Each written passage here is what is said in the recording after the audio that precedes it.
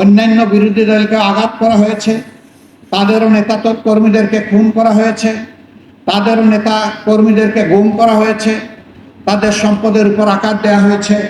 তবে ব্যতিক্রম জামাত ইসলামী তিনটা দিক থেকে।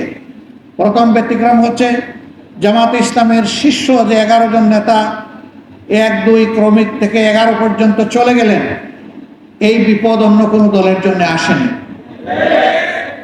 দ্বিতীয় ব্যতিক্রম হচ্ছে একমাত্র দল যেই দলের নেতৃবৃন্দের ঘর বাড়ি ধ্বংস করার জন্য তৎকালীন জুলুমবাজ সরকার তারা বুলডোজার চালিয়েছিল।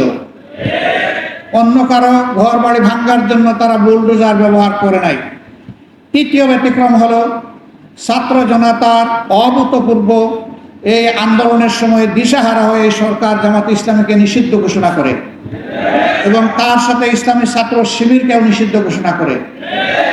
অসৎ উদ্দেশ্য নিয়েই তারা এটা করেছিল যে এই সময়ে কাজ করলে জামাত ইসলাম, ইসলামী ছাত্র শিবির বিক্ষোভে ফেটে পড়বে আর তারাও তাদের সর্বশক্তি নিয়ে আকাশ পাতাল সব দিক থেকে ঝাঁপিয়ে পড়বে। আন্দোলনের গতিপথ পরিবর্তন হয়ে যাবে, ছাত্র জনতার এই আন্দোলন ব্যর্থতায় পর্যবসিত হবে। জামাত তাদের পাতা ফাঁদে পা দেয়নি। আমরা তাদের এই চাতুর্য ধূর্ততা বুঝতে পেরেছিলাম। আমরা আল্লাহ তাআলার কাছে আশ্রয় চেয়েছিলাম, আমরা আল্লাহ তাআলার কাছে তৌফিক চেয়েছিলাম।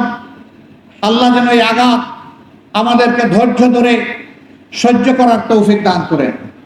মহান রবের দরবারে শুকরিয়া আদায় করি যে কোথাও এত বড় আঘাত আসার পরে আমরা সামান্য একটা চিৎকারও দেইনি। আলহামদুলিল্লাহ, তাদের ষড়যন্ত্র ব্যর্থ হয়েছে। 26 দিনের মাথায় আমরা আবার আমাদের এই অধিকার ফিরে পেয়েছি। আল্লাহ তাআলার শুকরিয়া আদায় করি।